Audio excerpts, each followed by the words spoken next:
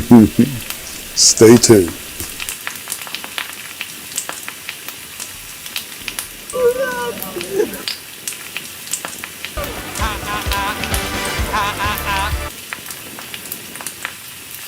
Episode 251, UFC 327. Finally, a stacked card. Last week was a new low. We don't have to talk about too much, but all I know is we went undefeated. 2-0, easy light work, both of us. Tommy McMillan cashed with ease, like we said it would. And then it was a meatlock dog, Hanato Moicano. What'd you make of his easy light work finish over Chris Duncan? You called it as a submission finish. You called it under 2.5 rounds. Easy light work, meatlock dog. What'd you make of Moicano?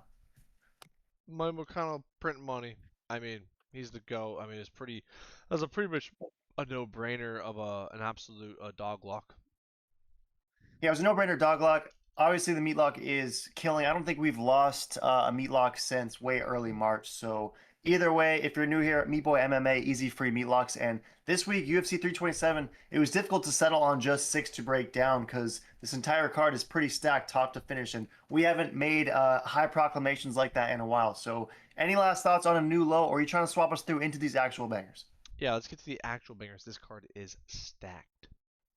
Move us through then. You see the text. Easy meatlock continuation here. Curtis Blaydes minus 122 is a slight favor over Josh Hokett plus 117. And we're just kind of seeing this one as an easy, high confidence, heavy hammer, easy Curtis Blaydes meatlock. Because this is a dude with 30 professional fights, 20 in the UFC, 5 losses. The dude has only lost to Francis, Aspinall, Sergey Pavlovich. I mean, Curtis Blaydes is high level in the heavyweight division. And Josh Hokett, meanwhile, while yes, he's 8-0, he's sleeping a lot of cans. The dude has only seen a second round twice in his career, and if your whole plan is to go in there and YOLO finish Curtis Blaydes in the first round, I just think that's bad news. And when Curtis Blaydes survives the first 5, it's going to be a long night for Josh Hokett. So, what do you make of this meatlock? How do you think Curtis Blaydes gets this one done? And how do you rationalize the odds? Why is this basically a pick 'em? Yeah, I mean, I honestly, that's a great question. I can't rationalize the odds. The fact that it's a pick 'em kind of hurts my brain. I mean, Curtis Blade is going to absolutely ragdoll this dude and put him in a pretzel wetzel and eat him with some cheese. So I don't know where they get the odds from, but this is an absolute lock, easy light work. I mean, in what way does this guy beat Curtis Blades? He's not going to grapple. He's not going to strike with him. Like he's going to lose in any aspect. Yeah, and I think to that point, even on the feet, I don't anticipate Curtis Blades just being out of his depth and unable to deal with the skills that Josh Hokett will be bringing. I mean, this dude was in the NFL a couple years ago. Curtis Blades is a seasoned veteran. I mean, Curtis Blades is becoming a real OG at this point. And at 35, I don't think that we've seen the last of Curtis Blades. And in fact, this could be, I mean, 35-year-old heavyweight isn't even that old, relatively speaking. So do you think that he's going to put him into pretzel wetzel with cheese? And if so, I mean, we've been seeing on embeddeds this week that Curtis Blades is trying a lot of jiu-jitsu. Do you think that he's going to wetzel pretzel him and likely submit him? Yeah, no, he most likely will Wetzel Pretzel him, and I don't know about submit, but he'll definitely ground and pound TKO. But I could see also a submission victory on this one. Yeah, let us know in the comments if you think that Curtis Blades not only will finish Josh Hokett, but will do so via pretzel. We're going with the heavy hammer, throwing down an easy 488 to net 400. Keep the meatlock streak well alive. We just think this is way too much too soon for Josh Hokett. And yes, he can cut funny WWE promos, but Curtis Blades is a different level of actual MMA skill set. So let us know in the comments if you agree with the meatlock or if you're a Hokett bandit. But swap us through, meat boy. Aaron Pico is taking on Patricio Pitbull, and it's Bellator versus Bellator. It seems like the UFC is almost done with the experiment of how good are these guys. Couldn't compete against the upper echelon of the UFC, so now let's just have them fight each other, and we'll see who reigns supreme, I suppose. But Aaron Pico's a pretty decent favorite despite having lost his debut. I mean, he got slept, got smoked by Lerone Murphy. Obviously, it was a YOLO beautiful strike from Lerone, and Pico was looking good, looking aggressive in that fight before getting slept. But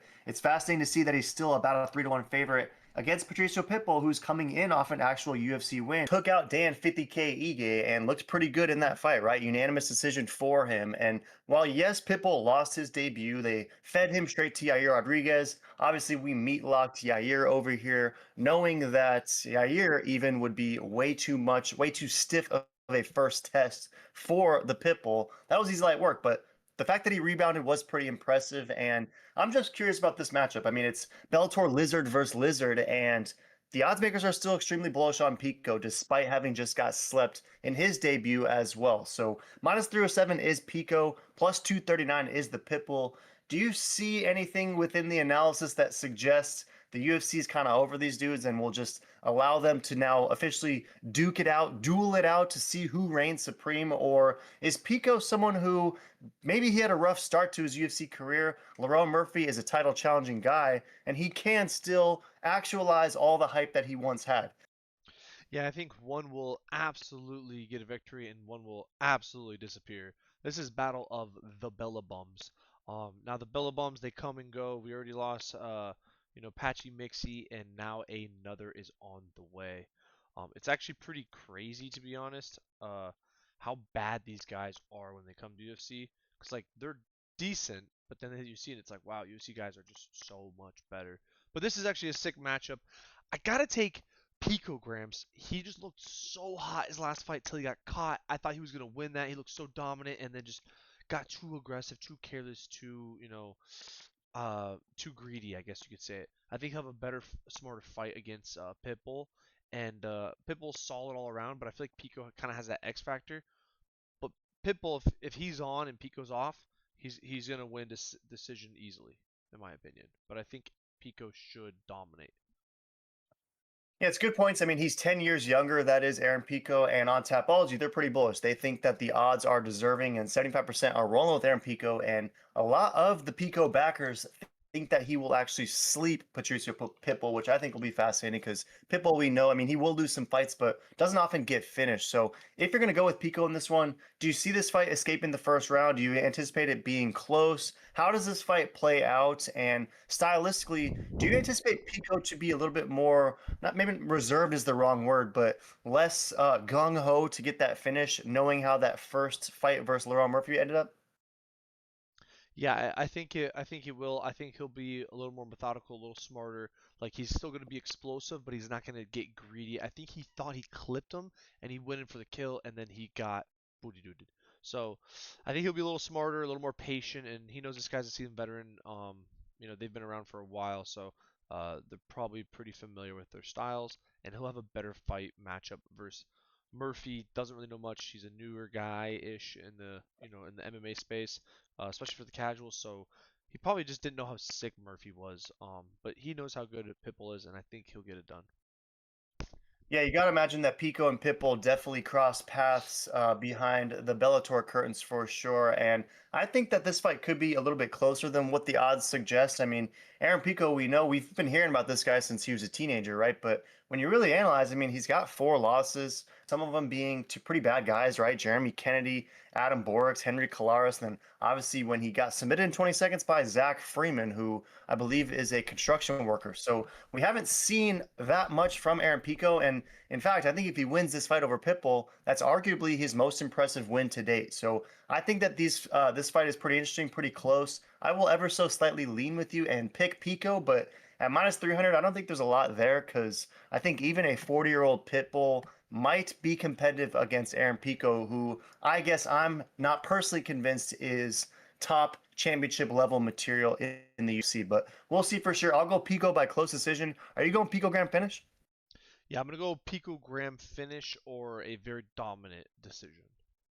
Let us know in the comments if you too think that it'll be a dominant Pico outcome. But either way, swap us through. Nate the Train Landwehr, our boy, is taking on Cub Swanson. And it's the Swan Song for Cub Swanson, who is +108. He's retiring after this fight, 30-14 overall, 15-10 in the UFC. But arguably, Cub Swanson hasn't looked better than what he did most recently against Billy Q when he absolutely slept him out cold. So it was one of those fights to me where it's like, dang, if only Cub would have announced retirement before that one, because no greater way to go out than with a first round KO. But he's going out in this one against Nate the Train, who is 18-7 overall, 5-5 in the UFC. Hit or miss, right? We love Nate the Train over here. We rep him at Meat Boy MMA hard, but sometimes Nate the Train looks amazing, and other times he's been getting smoked. And recently, it's been a lot of smoke on the train. He's lost 3 of 4, and I worry about him a little bit in this one against a motivated, hungry, coming off a W and now entering retirement Cub Swanson. So, what do you make of this matchup? Do you think Cub Swanson will do to Nate what he just did to Billy Q, or is Nate the Train going to absolutely steamroll the Cub Swanson? Yeah, no, he might be swan sonning Swan Swins, but I don't know. Nate's my boy. Like it's hard to say that he doesn't have it in him anymore. This is a pretty crazy matchup, but I think this is one he's gonna win. They're trying to get Nate. Nate is so marketable. He's young, he's hungry, he's a savage, and Cub OG Savage, very good. Probably his toughest test, but I think Cub is on his way out. So this is a bounce back story for Nate the GOAT train, and yeah, he's getting it done. Knockout first round. It's interesting because Cub Swanson, like you said, is on the way out, right? The whole narrative going into this fight is how he is just that. But the odds are slightly leaning in Nate's favor. Tapology, though, they're buying the story. 77% all over Cub Swanson. And a lot of Brown, they think that Nate the Train's getting absolutely slept in this one. So if you're picking Nate Landwehr in this one, how do you anticipate this fight going down? Does it outlast a round or two? Is it a meet in the middle slobber knocker? Someone gets slept early? You're taking Nate. How does this fight unfold and how does he get done? Yeah, no, I think I think Nate's gonna go out with a bang. He's either getting knocked out or he's knocking him out. I got belief in Nate, the train. He's gonna steamroll him like a train, and I think he'll knock him out first round, overhand right. Yeah, I'm torn on this one because obviously I'm rooting for Nate the Train. I mean, you to your point, Nate the Landwehr is pretty marketable for sure. A guy who could be an exciting matchup against many dudes and bring some unique eyeballs to a lot of otherwise lame matchups in the division. But in this one against Cub Swanson, I don't know. I kind of think that Cubs gonna get this one done. I do worry though, like to your point, maybe Nate does just like YOLO him with something hard and early, and then Cub Swanson is just kind of out cold DC style on the mic, like not looking good for the retirement. But in this one, I'll ever so slightly go with Cub Swanson. It's not a pick that I feel much confidence about because sometimes these retirement stories don't go as planned. Ultimately, the outcome is not in their favor, so that could happen. But I'll ultimately buy the hype. I'll go with the story. I'll say Cub Swanson ever so slightly gets this one done. But if you're going Nate, are you going early finish? Yeah, I think I have to go early finish for Nate. I think I think first half. Yeah, I think it'll be under 2.5, and I think it's gonna be a brutal right hand overhand right. Like it's gonna be spectacular. Can't wait to see Nate the Train get an absolute um spectacular finish. Get him on the mic, say some funny stuff so we can all laugh. Can't wait.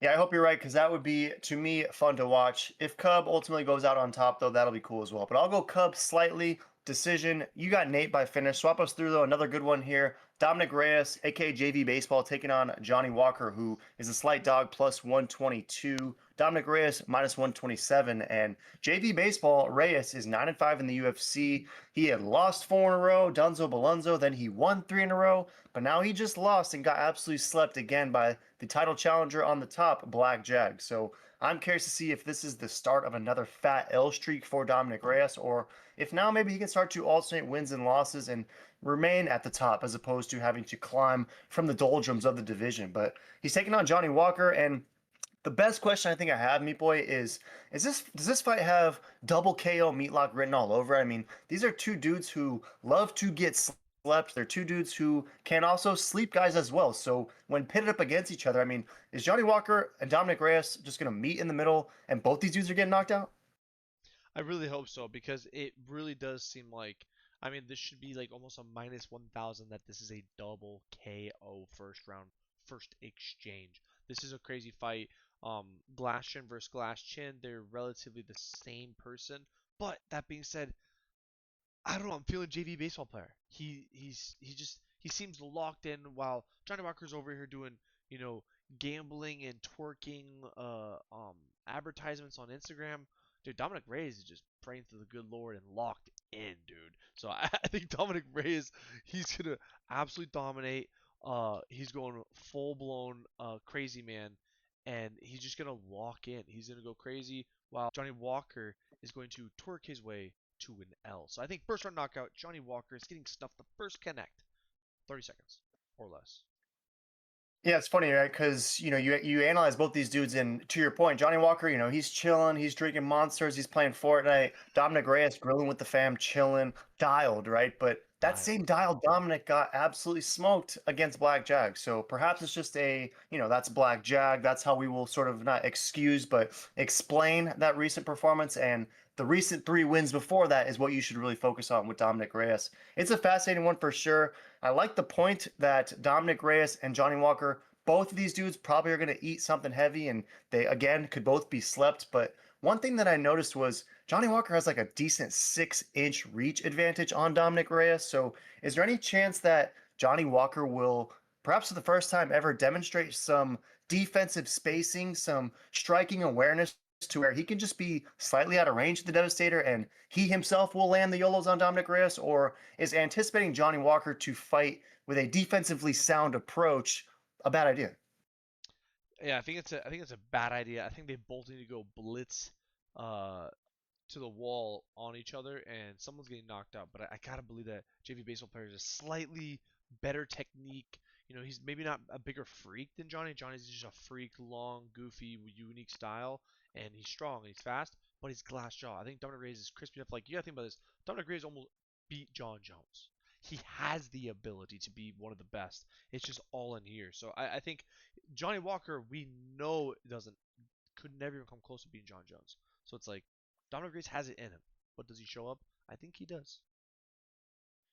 Yeah, and I think what's craziest about that is, Dominic Reyes now is almost 37, and that fight against John Jones was pre-COVID, right? It's like it's crazy that was already 6 years ago, but things have changed, I would argue, and I don't know. I just wonder if that Dominic Reyes is the same iteration that we will get this weekend against Johnny Walker. And in this one, I feel like all signs are pointing to Dominic Reyes to go out there and sleep Johnny Walker, and because of that, I'm going Johnny Walker to absolutely sleep Dominic Reyes. I think that Reyes getting absolutely smoked. Anytime you see a fight where Johnny Walker basically should lose it is when he comes through with the YOLO. I think back to that fight against Ming Yang Zhang where he was a plus 400 dog and ultimately smoked the Mountain Tiger. And in this one, I think that Dominic Reyes, all the intangibles, all the arguments, all the focus, better leans in his camp. But Johnny Walker is going to find a way to YOLO worm his way to a KO. I think he's going to have a separated shoulder from the worm again, but I believe it's because it's a celebratory worm as opposed to a lost worm. So I'm going Johnny Walker. I think he finishes Dominic Reyes, and I think this is an under 60-second banger. I think JV Baseball is getting hit out of the ballpark basically on the first shot. So do you two think that this is under 60-second or under one half of a round? Either way, knowing that you're picking Reyes? It has to be 60 seconds or less. Like, it's just one of these guys get knocked out. I just gotta go with JV baseball player. I think he has it in him, and I believe. Yeah, someone's getting slept. It's probably early for sure. Maybe you can clench that over and really get sketchy with it. But he's got JV Baseball. I got Johnny Walker for the YOLO. Swap us through. It's the co-meet Mirzakhanov, Azimit Mirlakhanov sometimes. He's taking on Paulo Costa, and this is a fight that these dudes were originally buried at the opener. They might have even been the prelim headliner, but as soon as Joshua Van's fight fell out, they elevated this fight to the co-meet. So to me, it's like all the casuals know who Paulo Costa is, but clearly this is a move for Azimit Mirlakhanov to introduce himself to some new fans because I struggle to believe a world where the UFC thinks that Paulo Costa is going to win this fight, and I believe he's probably just being used as a promotional stepping stone as this co-meet replacement for Azimit Mirlakhanov. So what are your thoughts on this new co-meet? Minus 209 is Azimit, plus 181 is Costa. The odds to me are even a little bit closer than I anticipated because I don't see this fight being that close or competitive, but am I missing something? And could this perhaps be too much for Azimit Mirlakhanov?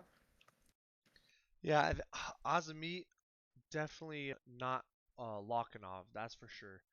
I think Paulo Costa is going to absolutely ragdoll. Like, people sleep on Paulo, and then he shows up, and then people forget how good he is. It's like, yo, did you guys not remember how nasty he is? Like, yes, Azami is really good, undefeated, but he hasn't fought anyone as good as Paulo Costa. Like, Ray Kick is the best, not much. To be honest, I'm not trying to be like that's not much saying about anything. But if he beats Paulo Costa, then I'm on the hype train. But I think Paulo's gonna tear him apart. I gotta root my boy Paulo on this one. How do you think this fight unfolds then? Because if you're taking Paolo, where do you think he'll have the stylistic advantages over the professional? Because Azamit is a dude who's proven to be pretty well rounded, right? He can grapple, he can get guys down to the mat, but he also throws bombs as well. I mean, to your point, Rakic discovered that pretty light work the last time they fought. So if you're taking the eraser, what advantages do you see him having over the professional beyond just the high level experience? Yeah, no, I just think Paulo Costa, his grappling is gonna be better. His jiu-jitsu is gonna be better. His striking and power is gonna be better. Azat is gonna be a lot smaller reach. He's very technical. He is very good, but I just think Paulo is so experienced, and I think he'll have the strength, and I mean he's got the whole package. So I think he's gonna get it done. Yeah, I'm super fascinated to see how this fight unfolds. And my last question for you is this is another light heavyweight opportunity for Paulo Costa, who we know has had a pretty brutal weight cut for a long time, getting down to 85. This fight at 205, do you think that favors him at all? Will he be coming in with a little bit more juice and energy, not being as depleted? Or is he going to be carrying around some dead weight and that might ultimately be a detriment to his performance? What do you make of the light heavyweight aspect of this fight?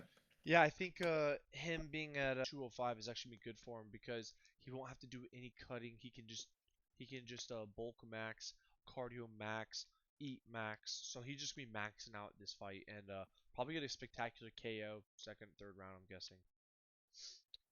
Yeah, good stuff. I'm curious to see if Paulo Costa can pick up a finish. I mean, this dude hasn't finished, hasn't finished half a sandwich since 2018 when he slept Uriah Hall. So if he goes out there and sleeps Azamit, that to me would be one of the more impressive things for this card. But Costa surprised me when he just took out Roman Kopylov just last July. So Costa, obviously, to your point, still has a lot of juice left in the tank. However, I don't think he's gonna have enough to take out Azamit Murlakanov.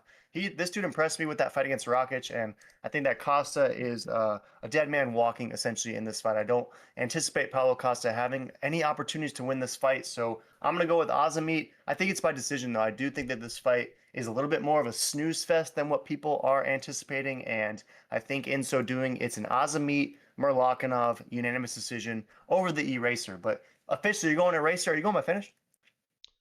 Yeah, I gotta go finish. I think it'll be KO or knockdown to submission. You'll probably be getting upwards of plus 700 for an erasure. So that will be fascinating if you call that. Let us know in the comments if you too think Costa gets the finish. But your boys got Azamit. Swap us through though, meat boy. It's the meat event. And from the jump, I'm just being transparent. I have no idea who I'm picking in this fight because Yuri Prohaska versus Olberg to me is one of the more fascinating matchups that they could have made for a title shot. And while, yes, it's often in the shadow of Alex Pereira and his championship reign still looms supreme on this division. Olberg versus Jiri to me is the next best available thing, and the odds are essentially reflecting how close they suggest this fight will be as well. So Olberg, we don't need to bury the lead. If you're this far in a Meat Boy MMA video, you know these guys, you know what the drill is. Olberg, though, is a slight dog against Jiri Prohaska. So do you think that Olberg is going to cash easy light work and the YOLO recklessness, the good version of Johnny Walker, perhaps Jiri is walking in to get slept by Black Jag, or is the Black Jag going to face a new level? And the longer this fight goes, perhaps we start to, I don't want to say expose Carlos Olberg, but see a different version. Who are you taking in this meet event? Yeah, no, this meat event is actually sick.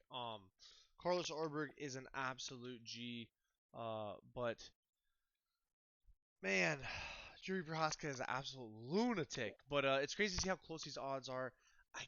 Man, Yuri's so crazy. He's so good. That being said, I gotta take Olberg. Olberg is absolutely um aura maxing right now. I mean, he's just killing it. He's looking great in the arena. He's putting on great performances, and he's kind of peaking while Jury already peaked, and he's kind of been ups and downs. So we don't really know. I think it's 50-50 for Jury, but I think Carlos is 80%. I gotta pick Carlos. Olberg wins by knockout. Jury's chin is kind of sus. He is a lunatic. He probably survives it. But that being said, Carlos Olberg's chin is a little more durable as far as I've seen.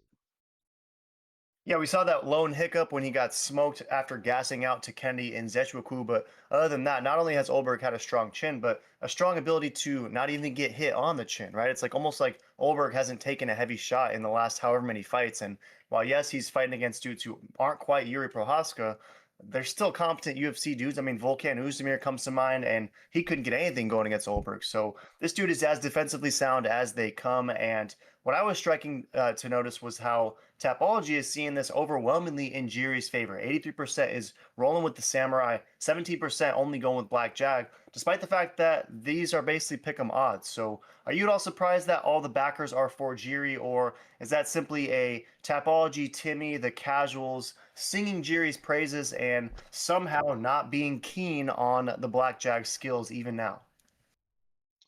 Yeah, no, I think Yuri's, training the mountains. He's kind of meditating, he's doing his stuff while Blackjack has just been putting in work with, the best fighters like in a gym versus like fighting air and trees. That's what Yuri's kind of in this like samurai mode.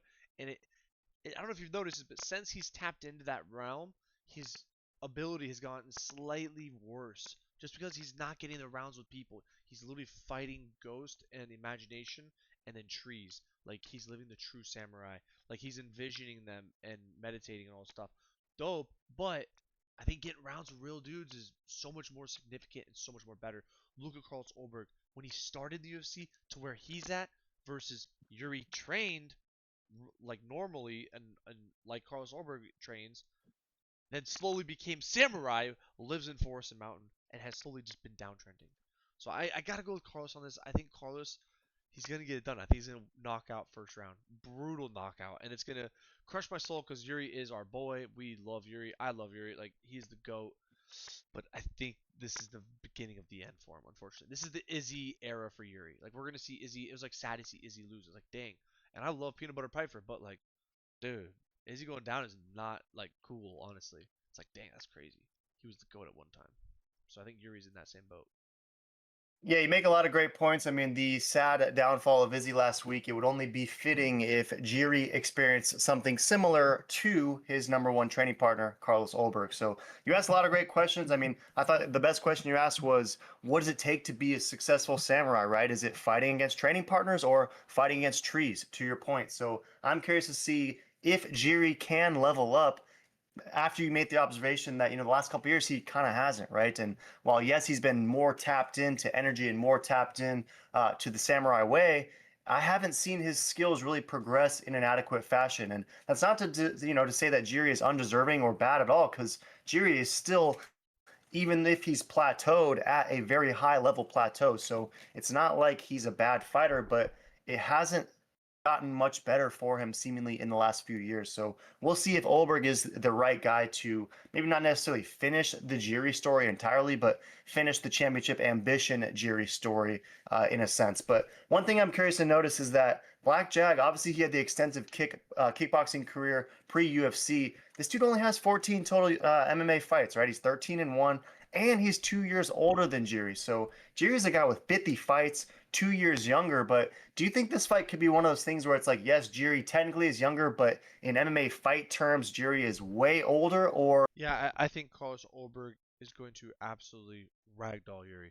Even though, one's older on paper, one's older in real life. I think the on paper is the older one, even though that is Yuri. He's younger, but he's aged more because he's been knocked out. He's been rocked so many times. Ulberg hasn't really been rocked, but fake one time, and that was BS. But like Yuri's had wars for the last 10 years, not even in the UFC prior. Olberg, look at all his footage. He's never really had a war. Like he doesn't have a scar. He's never had a Marab war and a Khabib war. He's just kind of breezed by and knocked everyone out. And so I think that's where Yuri has taken so much toll, so much beating. His chin's gonna be a lot more sus in my opinion.